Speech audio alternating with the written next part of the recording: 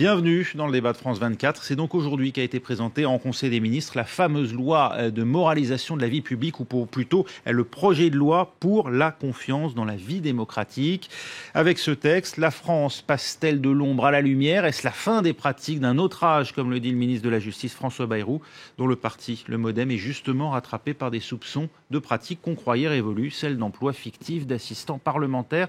On en parle avec ici même Anita Hausser, journaliste politique à Atlantico. Bonsoir Anita. Également Valérie Debord, porte-parole des Républicains. Bonjour. Romain Dupéré, vous êtes avocat au barreau de Paris et New York, spécialisé en droit de l'arbitrage et animateur de Jurem, les juristes en marche, qui, comme son nom l'indique, représente donc les juristes qui soutiennent la démarche d'Emmanuel Macron. Enfin, Eric Hall, vous êtes magistrat et vice-président d'Anticor, l'association dont le but est de lutter contre la corruption. Mais d'abord, qu'y a-t-il dans ce texte? Réponse en images. Objectif, rendre la vie publique plus transparente. Les mesures touchent surtout le Parlement. Pour être candidat aux élections, il faudra désormais avoir un casier judiciaire vierge. Voter la loi et se faire payer pour des activités de conseil sera désormais beaucoup plus encadré.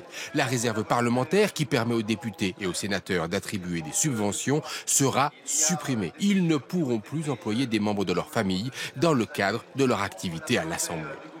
Le nouveau gouvernement veut aussi que la vie politique française respire plus. Un volet à venir de la loi limitera à 3 le nombre de mandats successifs. Il supprimera la Cour de la République, chargée de juger les ministres. Et les anciens présidents de la République ne siégeront plus au Conseil constitutionnel.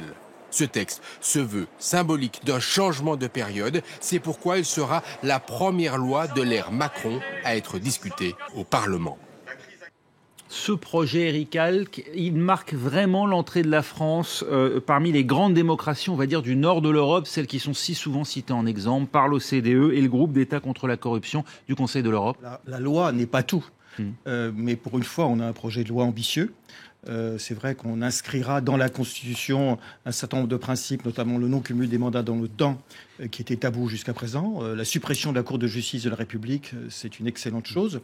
En même temps, il n'y a rien de déterminant sur la justice. On a sans doute considéré que c'était en dehors du périmètre de ce texte, mais c'est dommage, parce qu'il y aura toujours un soupçon sur l'indépendance du parquet, sur l'indépendance de la justice. Et puis, contrairement à ce que dit votre sujet, il n'y a pas d'obligation pour les candidats à une élection politique de présenter un casier judiciaire vierge. Et une autre promesse d'Emmanuel Macron a été mise entre parenthèses, c'est l'encadrement beaucoup plus strict du lobbyisme. Anita Hausser, ça va mettre fin aux pratiques d'un autre âge, comme le dit dans son interview au Monde aujourd'hui François Bayrou? Ça va mettre fin à certaines pratiques d'un autre âge, mais je crois qu'il y a des pratiques qu'on va toujours contourner. Les emplois familiaux, d'abord, tout le monde ne pratique pas, n'avait pas recours aux emplois familiaux. Il y avait des abus et il y avait la majorité des députés et des sénateurs n'y avaient pas recours. Donc, c'est très compliqué. La suppression de la réserve parlementaire, moi je suis très dubitative parce que ça permettait quand même aux élus de marquer leur territoire et puis de soutenir un certain nombre d'associations et de projets dans leur circonscription. Là, ils vont être un peu hors sol, déjà qu'ils n'auront plus de mandat local. Moi je m'interroge vraiment sur le rôle futur des parlementaires et surtout des députés. Valérie Debord, ce texte, selon vous, est-ce qu'il va trop loin? On se souvient que les Républicains, lors des précédents textes, notamment se présentaient après l'affaire Cahuzac, qui instaurait le parquet national financier, la haute autorité surtout pour la transparence de la vie publique, à l'époque des élus non des moindres. On s'en souvient, Édouard Philippe, qui aujourd'hui dirige le gouvernement à l'époque, s'était élevé contre cette volonté de transparence à tout prix. Ou est-ce qu'au contraire, il ne va pas assez loin, notamment sur le cas des lobbyistes et des conflits d'intérêts, comme vient de le dire à l'instant Eric Hall? Il n'y a pas l'essentiel, en fait. L'essentiel est mis gentiment de côté. L'essentiel, c'est quoi? C'est effectivement les lobbyistes. On voit bien qu'à Bruxelles, c'est très encadré. Pourquoi ne pas prendre exactement le même dispositif? Ce serait parfait. Deuxième chose, les personnes qui sont élues et qui sont en même temps dans la fonction publique. Moi, je ne considère pas normal qu'on puisse faire côte à côte un parcours d'élu et un parcours de fonctionnaire et de hauts fonctionnaires. On aurait souhaité avoir la possibilité, l'obligation de démissionner de la fonction publique pour avoir une vraie égalité entre les élus du privé et les élus du public. On voit bien que là, alors est-ce lié aux origines administratives du président de la République et à tout son entourage, mais on voit bien que là, on est très très loin du compte. On souproude, on fait plaisir. Les emplois familiaux, oui, c'est juste pour faire plaisir. La réserve parlementaire... on voit très bien à quoi ça fait référence. À oui, François mais très Fillon, sincèrement, c'était epsilon, par rapport à la réalité de ce que sont aujourd'hui les parlementaires. Au final, pas loin d'1 million d'euros quand même. Oui, certes, mais ils sont 577 députés, plus... Et cas epsilon. Et de façon très accessoire, mais néanmoins réelle, vous oubliez quand même tous ceux qui travaillaient pour de vrai, et qui sont 99%. Donc ça reste à prouver. Malheureusement, on a du mal à... Beaucoup peuvent le prouver très facilement. Donc ça, c'est la première chose. La deuxième chose, la réserve parlementaire, je suis d'accord avec Anita Hausser. Il aurait peut-être fallu l'encadrer davantage. Elle l'a déjà été sous le précédent quinquennat, et fort heureusement, il faut le noter. C'est-à-dire qu'à partir d'une certaine somme, il y avait un encadrement très strict, et c'était en fait le ministère dont émanait l'argent qui indiquait s'il c'était logique ou pas d'attribuer. Et ça permettait d'avoir un lien avec le territoire. Et vous savez, pour des toutes petites associations, des fois, qui peinent tellement... Et je crains que ça ne s'arrange pas. Oui, c'était aussi... Ce nous promet, qui peine tellement à avoir quelques subsides, c'était une façon d'aider. C'était aussi considéré comme un facteur particulièrement accru de clientélisme. Oui, à ce moment-là, que direz-vous aux maires qui choisissent eux-mêmes à qui ils attribuent leurs subventions en matière associative, de cohésion sociale et sportive? Et à quoi servira le député? Non, mais le député sert à légiférer. Vous voulez dire qu'on va le couper totalement Oui, mais enfin, en même temps, il est élu de la nation. Il est élu de la nation. Il n'est pas élu du... Oui, mais non, le député a 3 fonctions dans la Constitution. Il légifère, il contrôle l'action du gouvernement et il représente un territoire. Il rend compte à ses... Il n'a pas d'administré. Il rend compte à ceux qui l'ont élu. Il représente son territoire. C'est-à-dire qu'il n'y a pas de hiérarchie entre ces 3 fonctions. Il n'y a pas de hiérarchie entre ces 3 fonctions. Le constitutionnaliste ne l'a pas souhaité. Et vous dites que là, on va déraciner les députés. Mais on est en train de le faire. On est en train d'en faire la réserve parlementaire qui enracine les députés. La réserve parlementaire, c'était de mauvaises pratiques. Au Sénat, c'était une façon indirecte d'acheter certains grands électeurs en privilégiant leur commune. Donc je suis tout à fait partisan de la suppression de la réserve parlementaire. De même, je considère que le contrôle de l'indemnité représentative de frais de mandat est une excellente chose. Ah oui, mais ça, personne ne... Ça, tout le monde semble être d'accord. Romain Dupéré, on n'était pas allé assez loin, on avait loupé d'une certaine manière quelque chose avec ces lois de moralisation qui avaient suivi, une fois de plus, l'affaire Cahuzac, ou qui se trouvait dans la loi Sapin 2 avec l'Agence française anticorruption.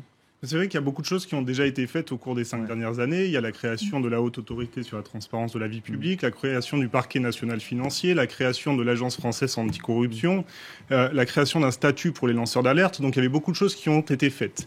Il restait beaucoup de choses à faire et c'est vrai que cette loi est très ambitieuse. C'est vrai que je suis un peu surpris d'entendre vos propos parce que malgré tout, on vient déjà d'énumérer une douzaine de réformes qui vont être mises en œuvre. Oui, la réserve parlementaire. Oui, et puis des angles morts quand même qui viennent d'être annoncés. Exactement. Sur les lobbyistes, les conflits d'intérêts. Donc pour ces angles morts, la démission des fonctions publiques, enfin dans la haute administration. Pour ce qui est du lobbying, il faut bien comprendre que ça a déjà fait l'objet d'une réglementation très récente. Au mois de mai, il y a un décret qui est sorti pour mieux encadrer les activités de lobbying à l'Assemblée nationale, pour qu'il y ait un registre public, pour qu'on sache sur Internet, pour qu'on puisse savoir qui pèse sur la décision des députés. Donc il y a des choses qui ont été faites. Savoir, ça veut dire prévenir, forcément? Alors là, ça sera un contrôle a posteriori, mais il faut que les citoyens s'en saisissent et qu'ils aillent consulter ces registres, comme il est désormais possible depuis quelques années d'aller consulter le registre de la réserve parlementaire. Et pour y revenir, la réserve parlementaire, c'est un budget de 145 millions d'euros par an. Donc c'est quand même pas anecdotique. Et il est alloué de manière qui est quand même pas très transparente et de manière assez inégale entre les députés. Donc un député de base à 130 000 euros à peu près, le président de l'Assemblée 500 000 euros, et ils peuvent l'utiliser quasiment à leur discrétion. Alors c'est pas vrai. C'est bon, vous pouvez consulter. Avouez que c'est pas vrai. Vous pouvez consulter les dépenses qui sont faites. Non, ce n'est pas vrai, s'il vous plaît. Pour ce qui est de la réserve parlementaire, il faut quand même, on peut pas débloquer les fonds. Voilà. Comme on le souhaite. Il y a une commission d'attribution. Vous pouvez consulter les dépenses qui sont faites et juger par vous-même si elles sont toutes pertinentes ou pas. J'en doute. Et effectivement, il y a un grand nombre de ces dépenses qui sont sans doute justifiées parce qu'elles viennent pallier des dépenses d'urgence des collectivités locales qui sont difficiles. Ce que vous n'avez pas indiqué, c'est que c'est pas une suppression pure et simple du mécanisme, ça vous l'avez compris, c'est un remplacement pour que ce soit beaucoup mieux utilisé. Parce que, encore une fois, le but d'un député, ce n'est pas non plus de faire des dépenses localement. Pour ça, il y a des élus locaux. Donc effectivement, ils ont 3 rôles, mais qui ne consistent pas à faire des dépenses dans leur circonscription. Et c'est pour ça que le garde des Sceaux veut un mécanisme beaucoup plus transparent et avec des critères objectifs de dépenses dans le cadre d'un d'une nouvelle entité. Que répondez-vous, et je vais donner la parole à Valérie Debord, que répondez-vous à Valérie Debord qui dit oui, mais on n'empêchera pas les maires, eux, de continuer à financer des associations au plan local, on n'empêchera pas les conseils généraux, les conseils régionaux de le faire. Non mais bien sûr, mais c'est le rôle du maire de le faire. Si vous voulez, c'est le rôle du maire. Oui, mais sauf que là, on crie pas au clientélisme, alors que pourtant, ces pratiques donnent lieu exactement aux mêmes dérives. Et oui, mais le maire doit rendre compte vis-à-vis de ses électeurs locaux. Comme vous le disiez, lui, il vote un budget et il en rend compte vis-à-vis de ses représentants nationaux, ce qui n'est pas le cas d'un député. Et c'est vrai, du coup, il y a une dissémination, un saupoudrage avec la réserve parlementaire de sommes considérables et sans qu'il y ait finalement à rendre compte de... Oui, c'est le fait qu'il n'y ait pas de contrôle a posteriori, en fait, de l'utilisation des fonds. Alors, Valérie Debord. C'est parfaitement inexact, puisque depuis le dernier quinquennat, il y a un contrôle a posteriori qui n'est pas possible de visualiser par l'ensemble de nos concitoyens. Je rappelle qu'une circonscription, c'est plus ou moins 120 000 habitants. C'est moins que certaines très grandes villes. Donc on sait où vont les fonds. C'est moins que certaines très grandes villes. Donc je pense qu'on ne peut pas commencer à évoquer cette loi de moralisation avec des approximations sur la réalité des choses. Vous êtes juriste, vous êtes un avocat, vous ne pouvez pas dire ça. Il y avait effectivement du contrôle qui était mis en place. Alors après, on est contre, on est pour. Je veux dire, moi, d'un strict point de vue philosophique, je considère que ce n'est pas l'alpha et l'oméga du travail du député. Mais jeter l'opprobre comme ça, en disant on ne sait pas comment c'était utilisé, etc., c'est faux. Les fonds étaient donnés par les ministères. Ils étaient contrôlés au-delà de 5 000 €. Donc vous savez très bien que le contrôle était important, sauf à jeter l'opprobre, évidemment, sur l'ensemble des ministères, sur les commissions ad hoc. C'était une réalité. Ensuite, on ne revient pas au fond. Le fond, ce sont les lobbies. Regardez ce qui s'est passé encore avec Total récemment. Le fond du problème, c'est ça. Chaque assemblée pourra se doter de ses propres règles sur le contrôle d'une commission de déontologie. C'est pas suffisant? Non, il faut le système, enfin, de mon point de vue, le système européen est le meilleur. On sait qui voit qui, dans quelles conditions, et qui, effectivement, a été accompagné sur quel projet, par quel lobby. Mais après, voir un lobby, pourquoi pas? Mais il faut que ce soit transparent. C'est votre avis aussi, Eric Alp? C'est quand même un progrès d'organiser le contrôle. Mais il y a un autre sujet qui...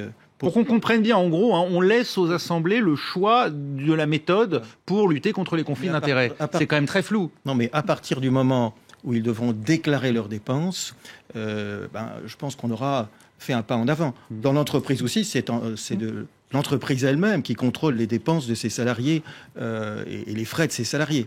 Anita Hausser. Il ne faut pas confondre les dépenses avec les lobbies. Et je veux dire, les lobbies, c'est quand même beaucoup plus obscur. C'est difficile de savoir qui se rencontre et comment ça influe sur les lois. En même temps, est-ce que vous pouvez empêcher un groupe d'intérêt de vouloir peser sur une proposition ou un projet de loi qui est en cours et qui veut faire valoir ses droits? Vous voulez dire qu'on n'a pas les moyens de l'empêcher, Anita Hausser? Mais comment voulez-vous que le député légifère? Il faut bien qu'il se renseigne, qu'il écoute. L'enjeu est celui de la transparence. C'est ça le problème du lobbyisme. C'est que les lobbyismes, effectivement, ne sont pas transparents. Et à cet égard, il y aura quand même une subsistance qui n'est pas très satisfaisante du lobbyisme, c'est les consultants. Alors effectivement, on dit pas, faudra être enregistré 1 an avant le début du mandat. Mais si on est enregistré 1 an avant le début du mandat, on pourra être consultant. Moi, je ne me satisfais pas d'un député qui serait en même temps un lobbyiste, parce que c'est souvent le cas d'un consultant. Vous voulez dire on peut être consultant pour l'industrie pharmaceutique et en même temps exécuter son mandat de député? Voilà, et ce n'est pas satisfaisant du tout. Romain Dupéré, est-ce que là, on ne touche pas une limite, effectivement? Oui, ça montre qu'il y a quand même beaucoup de sujets qui sont abordés par cette loi. Bon, c'est vrai que le but n'est pas du tout de jeter l'opprobre sur les parlementaires, c'est au contraire de retisser le lien qui a été affecté par beaucoup de scandales entre les électeurs et leurs élus. Alors c'est vrai que certains sont attachés à la réserve parlementaire, dont acte. Nous, il nous semble qu'il faut mieux que ces parlementaires, ils gèrent mieux cette réserve parlementaire. Pour ce qui est des lobbies... On a bien compris sur l'utilisation des fonds. Pour ce qui est des lobbies, effectivement, l'idée, ce n'est pas que les parlementaires soient enfermés dans l'hémicycle et ne puissent plus avoir de contact avec l'extérieur.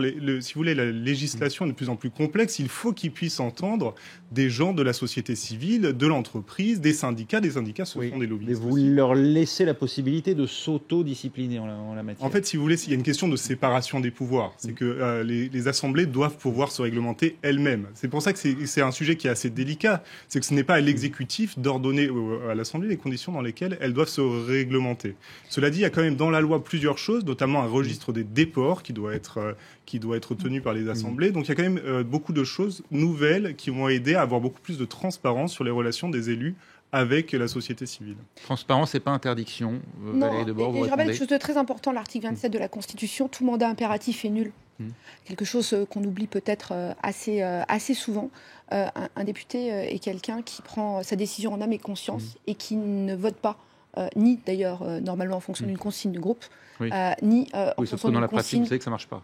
C'est plus compliqué que ça, vous demandez aux frondeurs, vous verrez.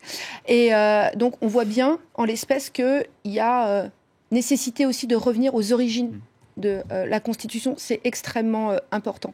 Je pense qu'en la matière, chacun doit être aussi en âme et conscience en capacité de le faire. Il y a toujours eu et il y aura toujours des députés qui représentent des groupements d'intérêt. Ils n'ont pas besoin d'être consultants et d'être rémunérés pour ça, parce que l'agriculteur, il pensera à l'agriculture. Le fonctionnaire, c'est bien pour ça que... Voilà. Oui, chacun, effectivement, a exercé aussi dans le passé une profession avant d'être député. Il faut une part de pragmatisme quand même dans le... Bien sûr. Non, on ne parle pas de ça. On parle des cadeaux, on parle des manœuvres insidieuses, on parle de l'absence de transparence et de traçabilité. Quand, effectivement... Oui, la manière d'influencer le vote. Voilà, c'est ça, c'est la captation de la démocratie. C'est pas l'idée de défendre un point. Oui, parce que finalement, quand on élit un agriculteur, on sait qui on élit, et d'une certaine manière, les électeurs lui donnent mandat. Bien sûr. C'est pas forcément le cas. Alors, autrefois, il y avait l'homme du CNPF, il y avait l'homme de ceci, l'homme de cela, mais voilà, ça a quand même beaucoup changé, ça. Je pense qu'avec le lobbying, on est aussi au-delà de la corruption. Enfin, moi, je comprends bien la corruption, et vous avez bien raison, et il n'y a aucun souci par rapport à ça. Mais à un certain niveau de lobbying, vous avez des gens qui, effectivement, vont être lobbyistes en dehors de toute corruption. Voilà. Et je pense que les gens doivent aussi savoir cela. Doivent savoir d'où vient la personne. Glisse vers le trafic d'influence. Oui, mais c'est ça le sujet. Pour vous, mais si je peux me permettre, il n'y a pas que ce sujet-là. Et aujourd'hui, il faut aussi savoir le parcours. Pourquoi ? Après, que les gens, effectivement, voient certains groupes d'intérêt, c'est tout à fait normal, on ne vit pas hors sol. Qu'ils prennent leurs décisions par rapport à ce qu'ils considèrent comme étant le plus proche de leur idée, et encore une fois, du vote qu'ils veulent porter, c'est tout à fait normal. Mais on doit le savoir. Et ça, c'est plus le système européen que je trouve intéressant en la matière. Et on en reparle dans un instant, dans la deuxième partie de ce débat. Restez avec nous.